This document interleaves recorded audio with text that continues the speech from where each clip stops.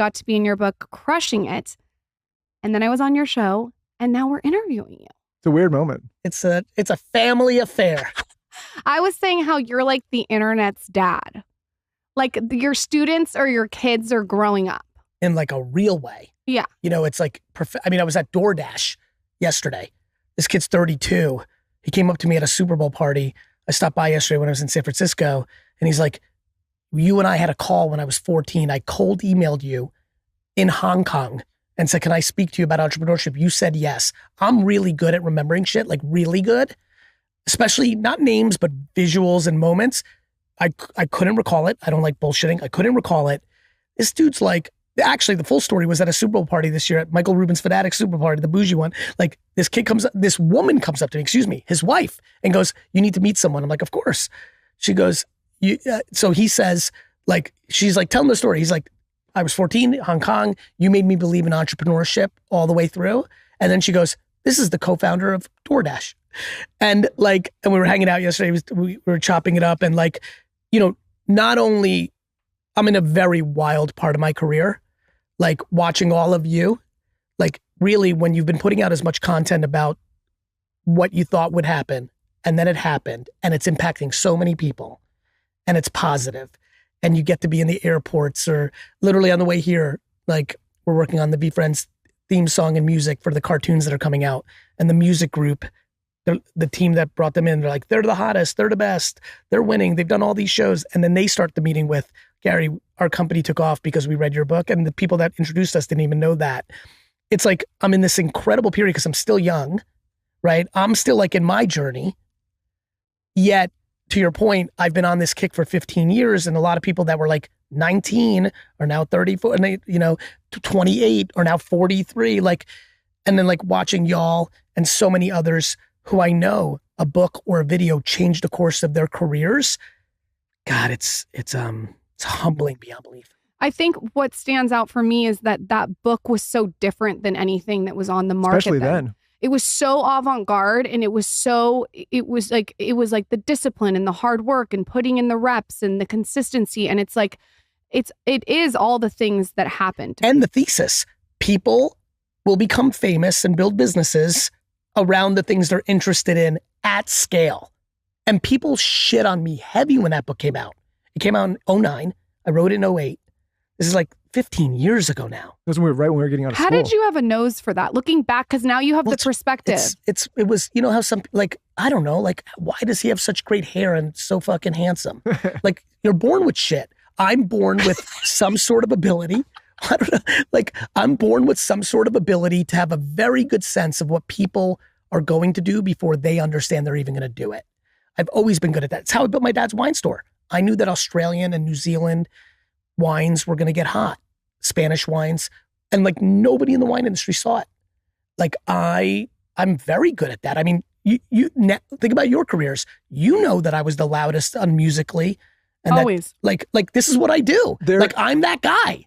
I told you before we started, like there were so many places that we could take this interview. We've been so aware of your content and been so critical in our careers and the development. And I was thinking the last time we sat down, it was actually the very first thing I ever did publicly ever was your show. Right. He snuck on. I snuck on. I forgot. I don't even know if I was mic'd up. I fucked it up for you. He snuck on the show. I got invited, and Michael was like, no, I'm coming on with you. I'm gonna take the shot, if I can take the shot. God, I remember now. Yeah. I was like, what? And we had matching leather jackets. I'm like, it was a little strange looking. Yeah, I'm like, really? I found it. It was episode 191, and it was March in 2016. The reason that date's so important is that was the same exact week we launched this show, the very first episode ever. And you played such a critical part because we would drive back and forth to San Diego, LA all the time, and we would listen to the Ask Gary V show, you and some other guys. And it was like, I remember trying to think, I've always been a kind of an operator behind the scenes guy, but I remember listening to you on that show. I'm like, oh, I like that format. Like I could do that. It's interesting. I'm an operator. Huh? Like the thing that's always been weird about me is that I always love when people come to Vayner, like influencers or other people. We do a lot of that. We're always trying to give love, just like I did with you. I continue to do that, even at this place of my career, like random 15-minute meeting with some kid that's like, I love it. I love the come up, right? And the amount of people that come into VaynerMedia and are like, what the fuck is this?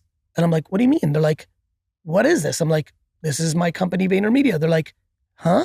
Like the amount of people that think like, I'm an influencer or a personality or a motivational speaker or an author. Like the reason operators always fuck with me is because I'm an operator. The second part of what I was going to tell please. you, which is, it was a real moment in my life personally, was I read the book with Lauren and I started talking a lot. And it was a lot of talk. And I'm like, wait a minute. I came and saw you in your office and you talk, but what people don't realize about you is what you actually do most of the time is operate massive businesses all over the place. And that's your main, like the thing people see is the side thing. And I saw that with you and I was like, okay, shut the fuck up more, go do the thing. Yes, you can talk along the way about the thing, but go do the thing actually. And it was a moment, like as a young guy, I was looking around, there's all sorts of people on the internet and it's like, who do you listen to?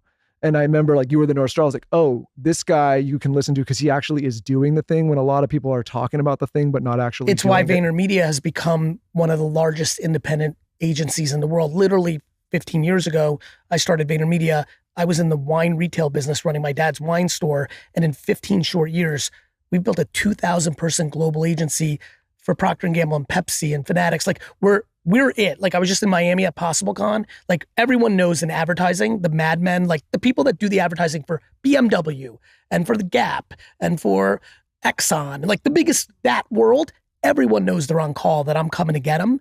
And the reason we're winning is that now that social media, organic creative is the starting point of marketing. Organic social media, the reason I wrote Day Trading Attention, which is the follow-up to Jab, Jab, Jab, Right Hook. The reason I wrote it is because as we sit here today, the single most important thing in all of marketing is first and foremost, organic social media. Then everything else. The reason to even have a podcast is more about the clips for organic social than the podcast itself. Like I literally did Daily V and I did Ask Gary V and Daily V for the social media clips, not for the long form. I even still do podcasts as a guest because Dustin's sitting right there, D-rocking it, and we're going to clip it, and there's going to be 3 or 4 or 7 things. Social media organic, more important than commercial, more important than your email newsletter, more important than a billboard, more important than hiring Beyonce to be in your Super Bowl spot, big shout out Verizon, more important to anything else. If you are not the best in the world at organic social media, and the way I define that, as because I know you two have been paying attention for a long time, is I'm one of the few humans that equally has 5 million followers on LinkedIn as I have 15 million followers on TikTok. I'm talking cross-platform. I'm talking YouTube Shorts. I'm talking Snap Spotlight. I'm talking Instagram. I'm talking YouTube proper, YouTube Shorts. I'm talking podcast. I'm talking newsletter. I'm talking for real. And so, yeah, I mean, I think it's just a fun time to be on this show because you were saying right before, you said, what, you're so sweet. Like, I love you guys. Like, you're like, what's a win for you, Gary? I said, whatever's best for your audience right now. Right. And you said, our audience is starting to figure out that like everyone could be an influencer. And I said, fuck, man, you couldn't even imagine how that hit for me. I'm like, I fucking sat and wrote this book in 2008. And I wish you knew how nobody believed me. Not my publisher, not my ghostwriter, not the audience. People, go look at the Amazon reviews when I first put this out. Literally people wrote things like, this snake oil salesman's trying to tell you you're going to make $100,000 a year on YouTube. What a joke. Think about what a joke that comment is now. I think people, they're scared of the unknown, and it was the unknown. And what I like about you personally is that you always go for the unknown. Everyone is so scared of the uncertainty and the unknown and what they don't know, and they don't like it and they fear it, so they hit against it. They don't like change either. Right. And then other things that happen, especially for influencers and creators, is they get good at something and they want to hold on. The reason so many people fucked up the TikTok moment was they got 1 million followers on Instagram and they wanted to stay there because it felt cozy, because their ego liked the blue check mark and the 1 million followers. So they didn't start setting up shop on TikTok because they didn't want to start at 0. I get fired up to start at 0. I'm pumped. It's true.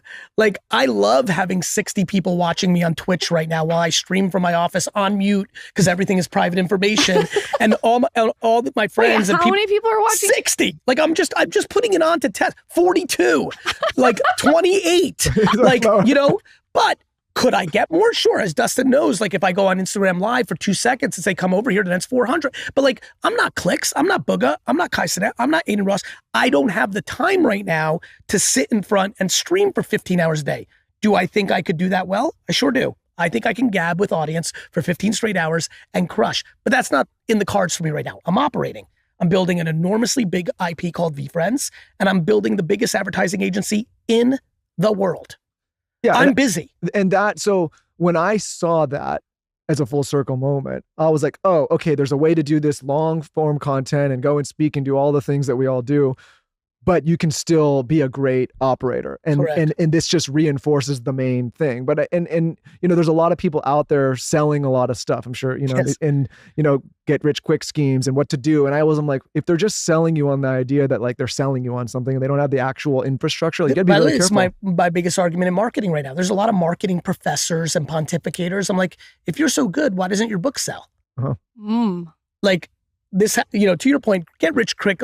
We all know that that's played out. Yep. Like people still get away with it, but like people are getting smarter to that, and they're not as loud and as noisy as they used to be. Yeah, it smells. There's something that smells about it. More importantly, it's just a simple question. Like if you're so good at marketing, why doesn't your shit sell? Right. Every author that writes a marketing book that the book doesn't crush is a weird situation. Like, nice way of saying it. Like if you're supposed to be so good at marketing, why doesn't your book sell? What would you say to someone, I can't wait to hear what you would say to someone that says,